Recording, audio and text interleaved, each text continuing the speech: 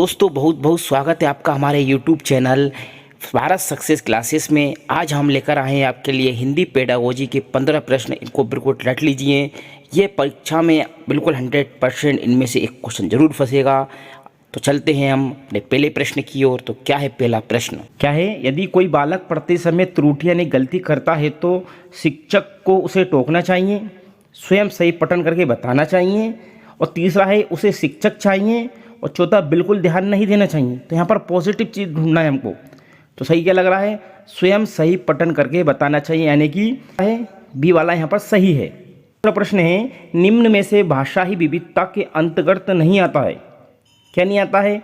भाषा की कक्षा में एक संसाधन है, हमारी कक्षाओं की वास्तविकता है, बालकों के संज्ञानात्मक विकास की पहचान है, या शिक्षण सामग्री का उपयोग। तो ध्यान रखना, विविधता, जहाँ भी भाषाई विविधता आएगी वहाँ पर संसाधन जहाँ भी दिख जाएगा आपको सही करना है, वास्तविकता जहाँ भी दिख जाएगी आपको सही करना है, संज्ञानात्मक विकास जहाँ भी दिख जाएगा आपको सही करना है। तो यहाँ पर गलत कौन सा हो जाएगा? डी वाला यहाँ पर गलत हो जाएगा।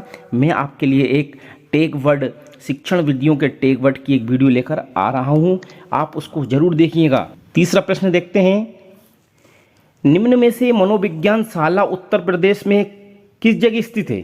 यानी कि उन्होंने पूछा है निम्न में से मनोविज्ञान शाला उत्तर प्रदेश में, खालिस्तान दे रखा है, फिर में स्थित है। तो कहाँ पर स्थित है? आगरा में, कानपुर में, इलाहाबाद में, या झांसी में? तो इसका राइट आंसर है सी, इलाहाबाद में। चौथा प्रश्न है, भाषा सीखने सिखाने की प्रक्रिया का आधार मुख्य है। तो क्या आधार है? पाठ्य पुस्तक है, समाज सांस्कृतिक परिवेश है, शिक्षक द्वारा अर्थ बताना है, या समाज सांस्कृतिक परिवेश एवं शिक्षक द्वारा अर्थ बताना है। तो यहाँ पर ध्यान रखना, सबसे इम्पोर्टेंट चीज़ यहाँ पर ये देखी जाती है कि विस्तार में क्या चीज़ है, बड़ी क्या चीज़ है। तो भाषा सीखना कहाँ पर? समाज सांस्कृतिक परिवेश, यानी कि यहाँ पर बी वाला आपका राइट आंसर है। पांचवा क्वेश्चन देखिए, योगात्मक मूल्यांकन साल में एक बार होता है, साल में 2 बार होता है, साल में 3 बार होता है, या साल में 4 बार होता है? तो यहाँ पर आपका बी वाला राइट आंसर है, साल में 2 बार होता है। प्रश्न नंबर 6 देखिए, एक बहुसांस्कृतिक पृष्ठभूमि वाली कक्षा में भाषा सीखने के बारे में कौन सा विचार उचित है? ठीक है, भाषा सीखने के लिए कौन सा विचार उचित है, ये हमको ढूंढना है। तो अधिकाधिक पुस्तकों का निर्माण किया जाए। तो भैया प्राइमरी के बच्चे पुस्तकें थोड़ी ज़्यादा पढ़ेंगे, गलत है। भाषा सिखाने के लिए व्याकरण नियमों का और अधिकाधिक प्रयोग होना चाहिए। तो ये भी गलत है, व्याकरण नियम तो बिल्कुल नेगेटिव आ जाएगा प्राथमिक शिक्षक में। भाषा परिवेश का निर्माण किया जाए ताकि भाषा अर्जन की सहज स्थिति बन सके। तो सी वाला यहाँ पर सही लग रहा है। बच्चों में भाषा सीखने की क्षमता बलपूर्वक विकसित करनी चाहिए। बिल्कुल नेगेटिव है, बलपूर्वक क्यों करेंगे? बलपूर्वक तो करना ही नहीं चाहिए, बच्चों को तो कैसे खेल खेल में सिखाना चाहिए। तो यहाँ पर सी कौन सा सही है? सी वाला राइट आंसर है, भाषा परिवेश का निर्माण किया जाए ताकि भाषा अर्जन की सहज स्थिति बन सके।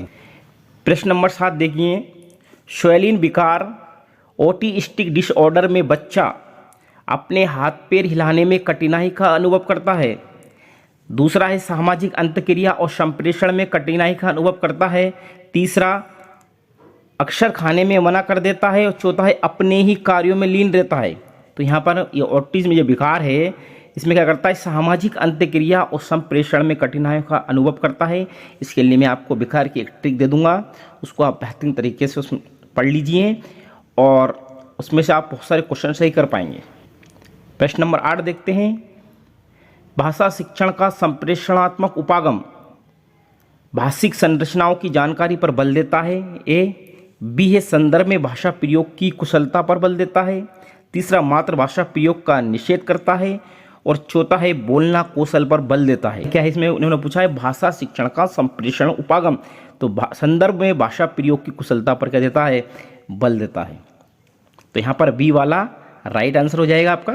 प्रश्न नंबर 9 देखते हैं, प्राथमिक स्तर पर बच्चों को भाषा सिखाने का सर्वोपरि उद्देश्य है। तो मुहावरे लोकोक्तियाँ का ज्ञान प्राप्त करना। भैया मुहावरे लोकोक्ति कहाँ पढ़ेंगे प्राथमिक बच्चे? कहानी कविता को दोहराने की कुशलता का विकास करना, तेज प्रवाह के साथ पढ़ने की योग्यता का विकास करना, ये गलत है। अपनी बात को दूसरों के समक्ष अभिव्यक्त करने की कुशलता का विकास करना, तो ये राइट है, तीसरा वाला यहाँ पर डी वाला राइट आंसर है। प्रश्न नंबर 10 है, लिखना एक बेहद जटिल प्रक्रिया है। बी है एक अनुवाद कुशलता है जिसे जल्दी प्राप्त किया जाना है। एक तरह की बातचीत है, एक अत्यंत यांत्रिक प्रक्रिया है। तो कौन सा है? सी वाला यहाँ पर राइट है, एक तरह की क्या है? बातचीत है। प्रश्न नंबर 11, भाषा शिक्षण के अंतर्गत भाषा के अधिग्रहण के लिए सबसे प्रबल पक्ष कौन सा है? केवल पढ़ना, सुनना तथा पढ़ना, केवल लिखना, केवल सुनना। तो बी वाला सही है यहाँ पर, सुनना तथा पढ़ना। इसमें दो होते हैं, एक अभिव्यक्त करना, एक अधिग्रहण करना।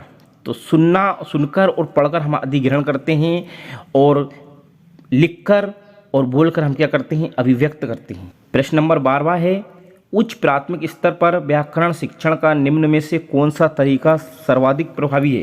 तो देखिए, पढ़ाए जा रहे पाठ के संदर्भ में आए किसी व्याकरण बिंदु को स्पष्ट करना, किसी भी व्याकरणीय बिंदु को स्पष्ट ना करना, बच्चों को अलंकार एवं रसों के प्रति अत्यधिक ध्यान आकर्षित ना करने को कहना गलत है भैया। बच्चों का भाव केवल शब्दार्थ तक ही सीमित रखना। तो पढ़ाए जा रहे पाठ के संदर्भ में आए किसी व्याकरणीय बिंदु को स्पष्ट करना, ये यहाँ पर मेन उद्देश्य है। प्रश्न नंबर 13 है, निम्न में से उच्च प्राथमिक स्तर पर भाषा सीखने सिखाने की प्रक्रिया में परिवार, पड़ोस, विद्यालय के साथ साथ खालिस्तान अत्यंत महत्वपूर्ण भूमिका निभाते हैं। ए है संचार माध्यम, बी पारंपरिक माध्यम, सी प्याजे का सिद्धांत और डी स्किनर का सिद्धांत। तो यहाँ पर हम देखते हैं पहला वाला राइट आंसर है, यानी कि ए वाला सही है, संचार माध्यम। प्रश्न नंबर 14 है, भाषा के पाठ्य पुस्तक खालिस्तान से संबंधित पाठ होने चाहिए। तो किस संबंधित होना चाहिए?